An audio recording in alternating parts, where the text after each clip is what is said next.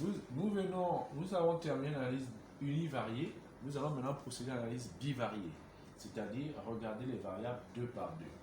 Ok. L'enquête ici, quand vous regardez bien, pour le tableau croisé que nous allons effectuer, c'est l'enquête sur hôtel, tourisme, pardon. Donc nous allons aller regarder l'enquête sur le tourisme du lac. On va l'ouvrir parce que tout à l'heure on dit c'est enquête automobile. Je vous ai déjà dit que ces enquêtes-là s'installent avec le Sphinx. Donc comme s'installe avec le Sphinx, hein, naturellement vous avez dans le dossier, bon je vais vous montrer, hein, là où se trouve, je vais fermer ici, là où se trouvent les enquêtes. Donc quand vous allez dans votre ordinateur, pose de travail ou bien panneau, ici c'est quoi, pose de travail, ailleurs, ici c'est mon PC, mon ordinateur, vous rentrez là-dedans, vous rentrez dans le disque local C, hein, le disque de votre ordinateur, vous allez dans le dossier Sphinx ME, ensuite vous avez le dossier enquête. Ce dossier contient toutes les enquêtes qui s'installent avec le logiciel ou quelquefois, si vous avez choisi ce dossier-là, vos enquêtes que vous créez, quand elles ne s'installent pas dans mes documents, le dossier vient se créer ici, dans le dossier enquête du Sphinx. D'accord? Bien. Alors, nous allons ouvrir notre enquête. On disait que c'est le tourisme, hein. Donc, le lien est là. Tourisme, j'aurais pu le prendre aussi depuis là-bas. Bon, on va le prendre depuis là-bas parce que je vais vous montrer quelque chose. On va le prendre depuis en passant par ici et non en se servant du lien. On va rentrer dans tourisme. Tourisme, où es-tu? Te voici. Alors, dans une enquête, quand vous m'enverrez vos travaux, vous devriez prendre soin de ce fichier-là qui s'appelle le point .rep. C'est le fichier qui contient les réponses. Donc, vous devez m'envoyer au minimum 3 fichiers. Si vous êtes amené à m'envoyer le dossier de votre enquête, c'est le fichier .rep qui contient les réponses. Voici le fichier du Sphinx. Voici le fichier de Ereka. OK? Si je vais ouvrir le Sphinx, si vous supprimez le fichier .rep, toutes les réponses de votre enquête vont disparaître. OK? Bon, on rentre dans le tourisme. Alors, nous, on est dans le stade traitement analyse. Nous sommes en train de faire un tableau croisé, puisqu'on est en bivarié. Donc, je clique ici sur le tableau croisé. Ah, il y a un couac. Je prends ici, c'est bien le tourisme, hein, ouais. 4 degrés, c'est professionnel. J'espère que, voilà, je vais m'en sortir. Voilà, ouais. Le mode d'hébergement. Je fais croiser V1 et V2 et je croise. OK? Je vais croiser V1 et V2. Voilà. Il y a quelque chose qui m'intrigue. J'ai l'impression que ce n'est pas la bonne enquête. Parce que attendez, on va un peu revoir. Hein. Donc, on a croisé V1 et V2. Hein. C'est croisé. C'est clair. Donc, on va observer là. Oui, c'est bien ça. OK. Et 1 et V2 ont été croisés. Alors, qu'est-ce qu'il faut observer ici? Vous voyez ici, il n'y a pas les non-réponses. Hein, à la différence dans le support de cours. Dans le support de cours, il y a les non-réponses. Hein, alors que ici, dans le logiciel, il n'y en a pas parce qu'on les a supprimés. Les non-réponses, pourquoi dans certaines enquêtes, on doit les supprimer? Parce qu'ils vont introduire, ça va biaiser les résultats. Les résultats seront biaisés. Le seul moment où les non-réponses peuvent avoir un sens, hein, parce qu'on peut toujours l'interpréter. Hein. Par exemple, lorsque vous faites une élection présidentielle ou quelconque élection, le taux d'abstention peut se traduire par des non-réponses. Et quand le taux d'abstention se traduit par des non-réponses, ça a un sens. Ça veut dire que la population, ça traduit un ras-le-bol de l'action politique. Auquel cas ici, les non-réponses auront un sens. Mais dans les enquêtes, on va dire classiques, quand il y a trop de non-réponses, bon, ça peut aussi traduire ras-le-bol, hein, mais quand les non-réponses ne sont pas nombreuses, hein, ça veut simplement dire, bon, la personne a refusé de répondre pour diverses raisons, ils étaient occupés à faire. Donc, il vaut mieux souvent supprimer les non-réponses. pour que les résultats ne soient pas biaisés. Alors, comment on procède? Normalement, une réponse se gère quelque part ici. Dépouiller.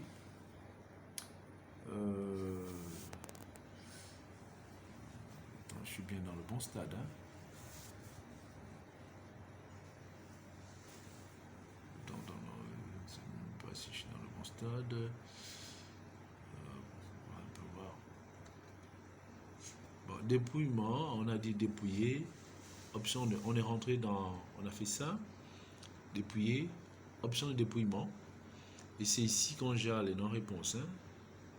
Bon, si je décoche ici, il va faire apparaître les non-réponses. Donc j'ai décoché. Vous voyez, les non-réponses ont fait leur apparition. Maintenant, je vais repartir les supprimer. Et je vous disais qu'on a intérêt à supprimer les non-réponses lorsqu'elles ne sont pas nombreuses pour qu'elles n'introduisent pas un biais dans les résultats. Donc là, je viens de les supprimer. OK. Pour la gestion des non-réponses. Alors, maintenant, de ce tableau à celui-ci, c'est juste, il y en a 3. Hein. Ici, c'est les pourcentages en ligne. Hein. Et ensuite, vous avez les pourcentages en colonne. Vous avez une petite interprétation ici, hein, pourcentage en colonne. Ensuite, vous avez pourcentage en colonne et enfin pourcentage total. Nous allons faire la simulation qui permet de les retrouver. OK? On le fait ensemble. Donc, je vais dans le Sphinx. Je viens dans... Il s'agit des pourcentages en ligne, en colonne. Dans valeur. Donc, voici pourcentage en ligne. Je coche. Je valide. Donc, le pourcentage en ligne. En ligne. Maintenant, si je veux pourcentage en colonne, je vais dans valeur. Je coche pourcentage en colonne. Et là, j'ai les en colonne. OK, les colonnes, c'est comme ça. Maintenant, si je veux pourcentage au total, vous remarquerez bien les différents tableaux. Pourcentage au total. Et voilà, pourcentage au total. Il faut reconnaître que le pourcentage au total est plus facile pour l'interprétation. Hein. C'est un peu plus facile d'interpréter le pourcentage au total. Alors, on arrive à l'interprétation. Comment interpréter un tableau croisé?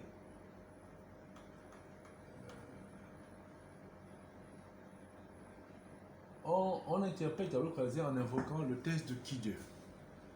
On vous a déjà dit dans les vidéos précédentes, même ici encore, que le test de Qui2 est censé mesurer la distance entre les effectifs théoriques observés grâce à une loi normale et les effectifs mesurés lors d'une enquête. OK? Observés lors d'une enquête. Ces distances-là renvoient à quoi? Pourquoi on fait cet exercice-là? Pour faire plus simple, nous invoquerons le test de Qui2 ici pour évaluer l'intensité de la relation qu'il y a entre deux variables.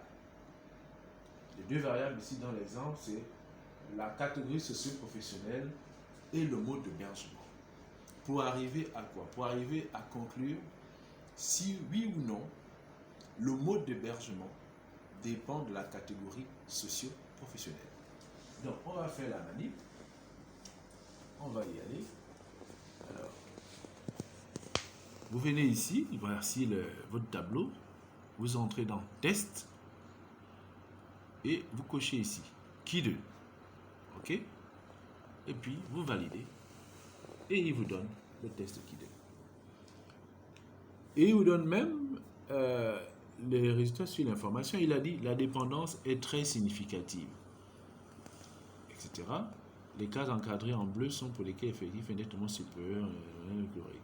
Les valeurs sont... Bon, dire que la dépendance est très significative, ça veut dire quoi? Ça veut dire simplement en conclusion, l'interprétation que vous ferez quand il dira cela, quand il écrira cela, c'est que le mode d'hébergement dépend de la catégorie socio-professionnelle parce que la dépendance est très significative. OK? Qu'elle soit très significative ou significative, on arrive à la même conclusion. OK? Par contre, vous aurez des cas où la dépendance ne sera pas significative. Il vous dira la dépendance n'est pas significative. Auquel cas, vous direz que, ben voilà, il n'y a aucun lien entre les deux variables croisées. D'accord? Maintenant, il y a un troisième résultat quand on croise deux variables comme ça. Vous voyez, je vais remettre les non-réponses juste pour introduire, pour biaiser les résultats et vous verrez ce qu'il va vous dire. Alors, j'ai introduit les non-réponses, et voici ce qu'il dit. La dépendance est très significative. Les cases encadrées sont celles pour lesquelles... Mais par contre, voici ce qui nous intéresse ici. Il dit, les règles qui ne sont pas réellement applicables. Alors, quand il dira cela, quand il affichera ce type de réponse, cela veut dire qu'on ne peut pas conclure. Parce que les règles Q ne sont pas applicables. Lorsque les règles Q ne sont pas applicables, on ne peut pas conclure en disant la dépendance est significative ou très significative. On ne peut pas non plus conclure en disant la dépendance n'est pas significative. Vous comprenez? Donc on est dans une impasse. D'accord? Lorsque les règles ne sont pas applicables, nous serons dans une impasse. Il n'y a pas de conclusion. Il n'y a de conclusion que lorsque il nous dira que la dépendance est significative ou elle n'est pas significative. Là, il y a conclusion. Mais lorsqu'il mettra un bémol en disant que les règles ne sont pas applicables, vous ne pouvez pas conclure. Dans la nature du lien, dans la qualité de ce lien-là, on ne peut pas conclure. Maintenant, la représentation graphique des tableaux croisés, la voici, hein, elle est là. C'est ce qu'on appelle une analyse factorielle. Comment analyse-t-on? Fait-on l'analyse factorielle? On regarde ici. Vous voyez, le plan est divisé en 4 régions. Ok, 4 régions. Et dans chaque région, on regarde, voici 1, 2, 3, 4 régions. On regarde la proximité entre des carrés de couleurs différentes. Vous voyez ici, camping renvoie à un mode d'hébergement. Ouvrier renvoie à une catégorie socio-professionnelle. Cette proximité entre camping et ouvrier traduit ce qu'on appelle une correspondance. Ok? Et cette correspondance-là veut dire quoi? Ça veut dire que les ouvriers ont une préférence pour le camping. D'accord? C'est ce que traduit cette correspondance-là. Bon, l'idéal est souvent que comme la science de Lemblin est une science de la mesure, on peut, lorsqu'on a répertorié toutes les correspondances, ici entre camping et ouvrier, ici entre patron industriel et hôtel, ok, ici entre profession libérale et location gîte, ça c'est une autre correspondance, ici entre cadre moyen, famille, amis et location gîte, voici les différentes correspondances. Donc vous notez par correspondance la proximité entre dans chaque région des carrés de différentes couleurs. Bon, la taille des carrés renvoie au nombre d'individus. Hein. Plus il y a des personnes qui ont choisi le camping, plus le carré est costaud, hein, il est plus grand, hein, etc. Et là, on sent que les ouvriers sont plus... Il n'y a pas beaucoup d'ouvriers par rapport à employés, etc. Donc, pour la taille, c'est comme ça qu'il faut voir. Bon, maintenant, la science de Lemblin, j'étais en train de dire, est une science de la mesure. Lorsque vous avez répertorié toutes les correspondances, hein, il faut maintenant essayer de voir quels sont les chiffres qui quantifient ces correspondances-là. Alors, on vient dans le tableau. Ça peut être en effectif, hein, on a vu les différents tableaux, hein, en effectif, en pourcentage en ligne, en pourcentage en colonne. Hein. Mais moi, je vous ai dit qu'il est souvent mieux d'avoir pourcentage au total. Mais bon, on a un tableau là, on va l'exploiter. Alors, on va voir camping et ouvrier. Ouvrier, camping, c'est là. 44%. Alors, ça se lit quoi? Ça se lit comment? Comme on est en ligne, la pourcentage en ligne, donc ça se lit comme ça.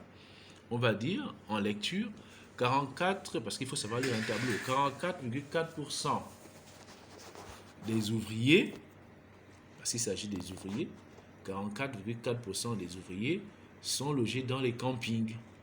OK? Dans les campings. Alors, maintenant, le lien entre, par exemple, cadre moyen et location gîte. cadre moyen. Où sont les cadres moyens? Location gîte, cadre moyen. Bon, c'est un lien. Est-ce que c'est un lien intéressant?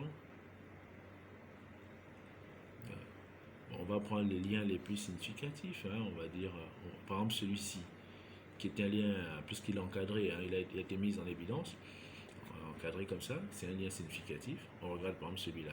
Famille, amis et personnel de service. C'est où? Famille, amis, personnel de service. Et pourtant, ça paraît éloigné. Hein. Bon, alors, cette correspondance-là, elle est là. Ça veut dire que 50% des personnes de service sont hébergées en famille, amis.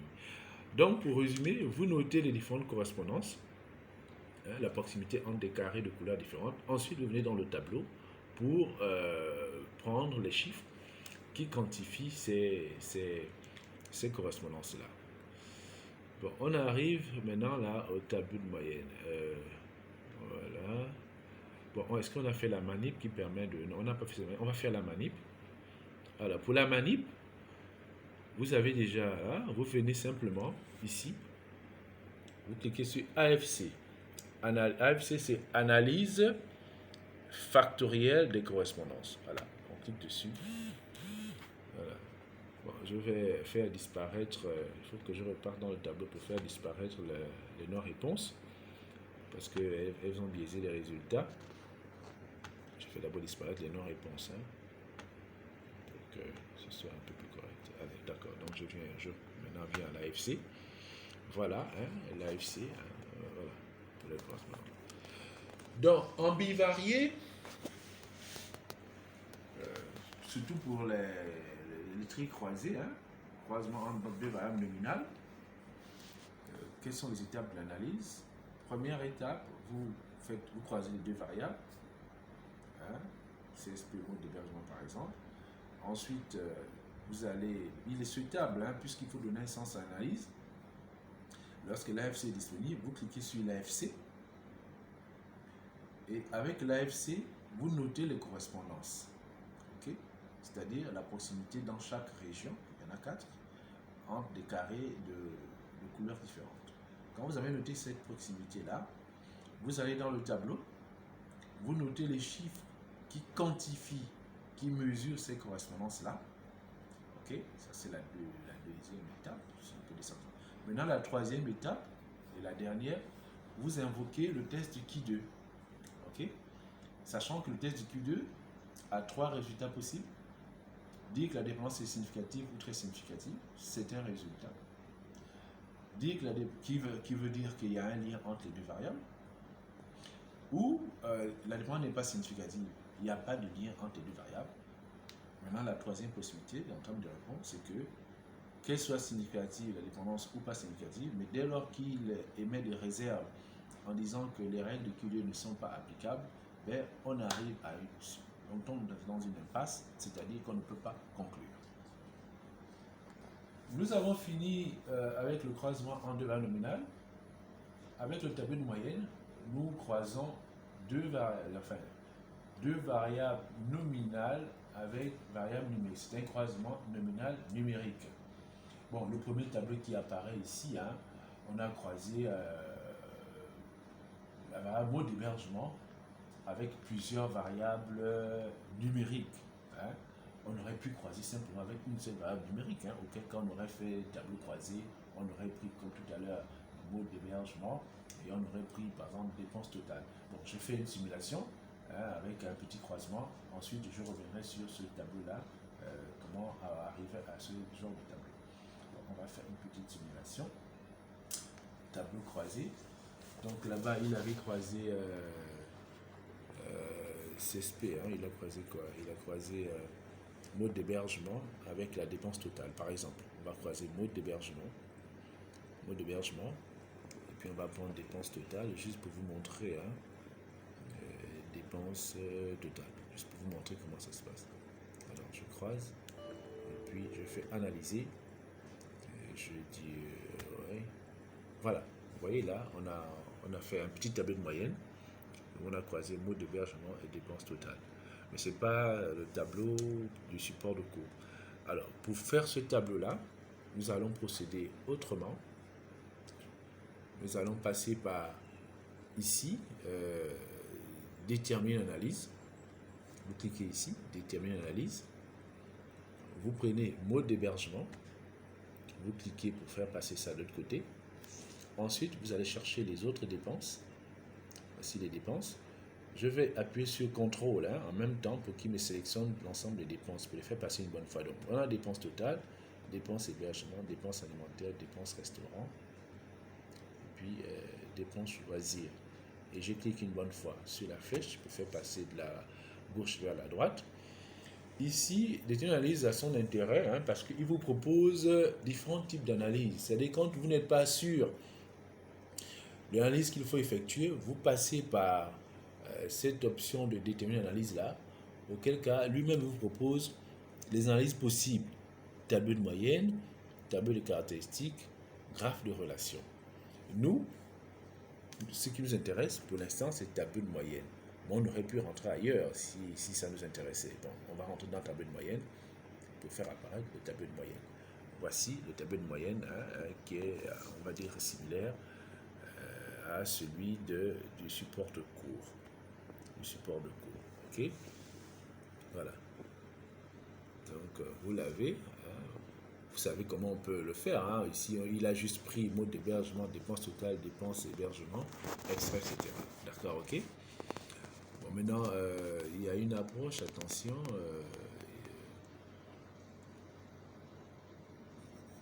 Il faut comprendre que il y a, là encore dans le tableau de moyenne, il y a différentes façons de procéder. Soit on fait par somme, bon, on va vous montrer quelque chose. Là, c'est en moyenne, c'est des tableaux de moyenne. Il faut savoir que, vous voyez, là, c'est un tableau de moyenne. OK? On aurait pu prendre, en faisant des sommes, par exemple, pour voir des dépenses sur un poste, comme il le dit ailleurs. Et dans ce cas, on aurait pu prendre somme. Attention. OK? Donc, ici, on a un tableau de moyenne. D'accord? OK. Bon, pour rappeler, il faut comprendre tous ces concepts-là. Tout à l'heure, quand on faut revenir, quand on fait le lien avec la statistique, ici c'était les tableaux croisés et c'était des proportions. OK? La statistique 2 s'applique sur des proportions. OK? Par rapport aux proportions que l'on regarde avec en probabilité ou en statistique avec la loi normale, le test du Q2. Alors que le tableau de moyenne, c'est non plus le test du Q2 qui va être appliqué pour la moyenne, c'est le test de Fisher. Le test Fisher que vous avez peut-être vu en statistique. D'accord? Ça, c'était juste le petit rappel. Alors, on arrive à l'analyse et interprétation des tableaux de moyenne. À une interprétation des tableaux de moyenne, qu'est-ce qu'il faut comprendre? On va invoquer le test de Fisher. OK? Bon, on a même une représentation graphique. Ici, la représentation graphique du tableau de moyenne, vous le voyez, c'est un diagramme qu'on appelle des profils. Ce sont des profils, la meilleure façon de représenter. Et vous voyez ici, à travers ce tableau de moyenne, vous constatez que en matière de dépenses,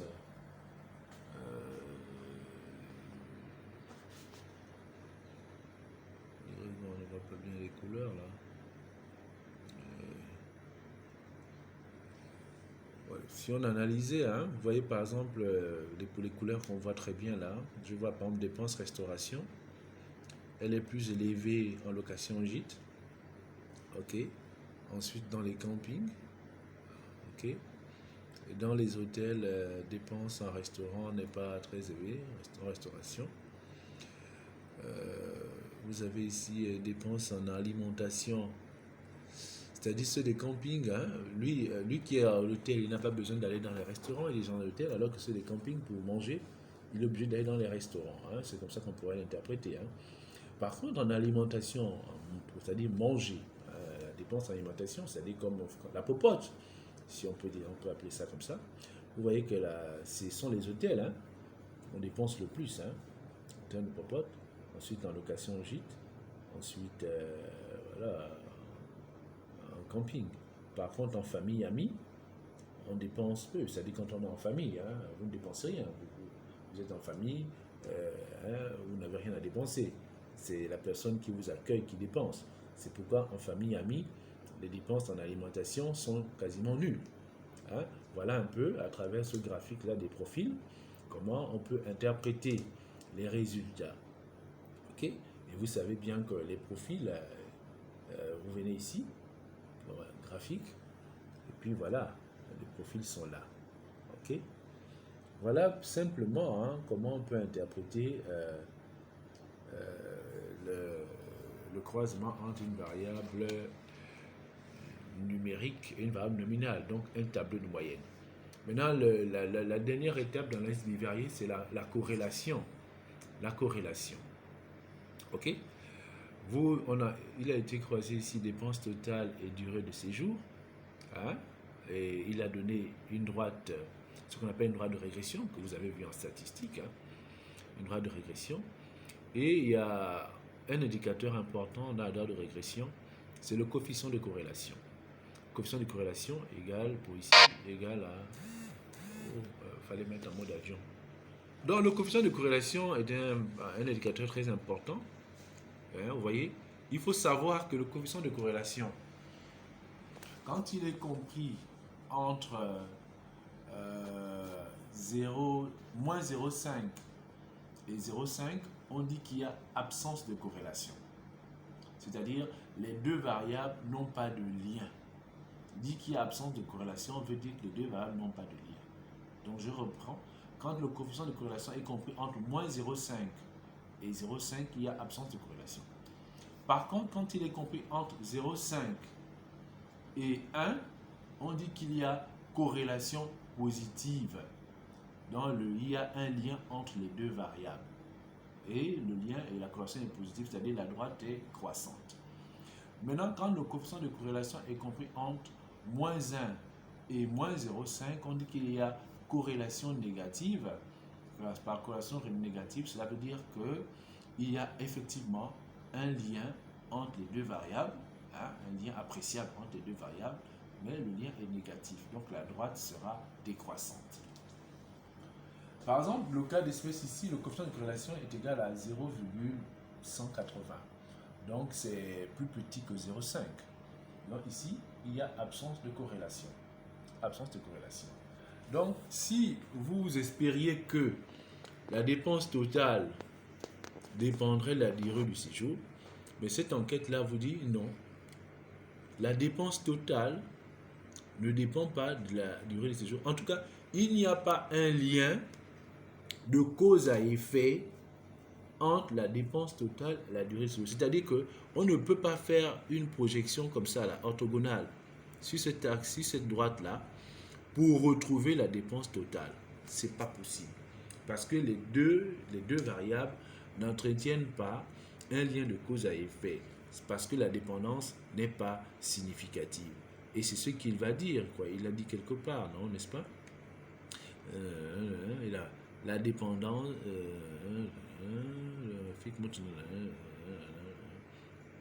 bon, il n'a pas dit. Bon, nous, on va faire la manip pour qu'il puisse nous le dire, nous donner toutes les informations. OK? Alors, il s'agit de dépenses totales et durée de séjour. On va aller faire le croisement pour vous montrer. On va faire tableau croisé. On va prendre dépenses totales. Dépenses totales. Ici, on prend durée du séjour. Durée du séjour. Croisé V1. On va analyser. 18. Voilà. Ce qu'il donne. Et puis, il donne la loi de régression. Hein. Sachez qu'il avait déjà dit ici, la dépendance n'est pas significative. Ok? Il a donné la droite de régression ici. Dépense totale est égale à une droite de régression que normalement vous avez fait en statistique de manière manuelle. D'accord? Ok. Bien. Je pense que nous avons fait le tour sur dans les graphes, graphes de relation. Bon, comment on en profite, hein, puisque on a encore un peu de temps, sur le graphe de relation. C'est quoi le graphe de relation? Ben, justement, c'est un graphe, c'est un modèle explicatif, hein, on va vous dire ça. Il permet d'expliquer une variable en fonction de d'autres variables. Ok? Ici, par exemple, on a expliqué la satisfaction en fonction des autres variables. Okay? Quelle que soit la nature des variables. Hein. Mais là, déjà, avec le graphe de relation, on est à cheval, parce qu'en fonction des résultats, entre l'analyse bivariée et multivariée. Vous constatez ici qu'il y a plein, la variable satisfaction est liée à plusieurs autres variables, à plus de 2 variables. Là, on est déjà même en multivarié. D'accord? On va faire un graphe de relation.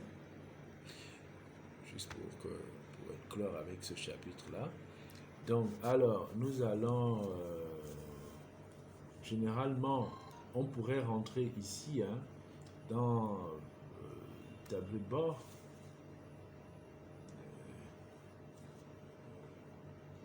On ferme ici, et puis on fait données.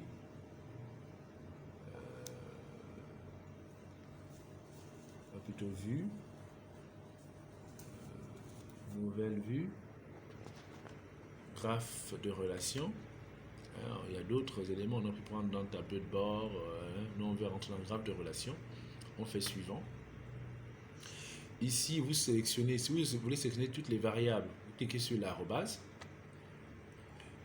Vous cochez expliquer la variable, ce bouton-là, expliquer la variable. Et nous, on veut expliquer la variable satisfaction. Auquel cas, on va chercher la variable satisfaction. Est-ce qu'elle est cette variable? La voici. On fait suivant. Ici, il nous demande de fixer le seuil de significativité. Vous savez que pour numérique, il faut être au-dessus de 0,5. Donc, c'est bon. Ne prenez pas des valeurs en dessous. Ça ne va pas traduire le lien au sens scientifique du terme. Maintenant, ici, nominal numérique, l'ANOVA, ici, 15%, c'est bon pour que vous ayez plus de variables. Parce que si vous réduisez, il n'y aura pas beaucoup de liens. Alors, vous faites terminer. Oui. Voilà ce qu'il nous donne. Voilà ce qu'il nous donne comme relation. Là. PS veut dire peu significatif. TS veut dire très significatif. Voilà. Donc, on peut dire que la satisfaction dépend de manière très significative du lieu du séjour et des activités. Voilà, pour conclure, comment on peut s'arrêter en analyse bivariée. Analyse bivariée, on s'arrête là pour l'analyse bivariée. Donc, je vous remercie pour la bienvenue.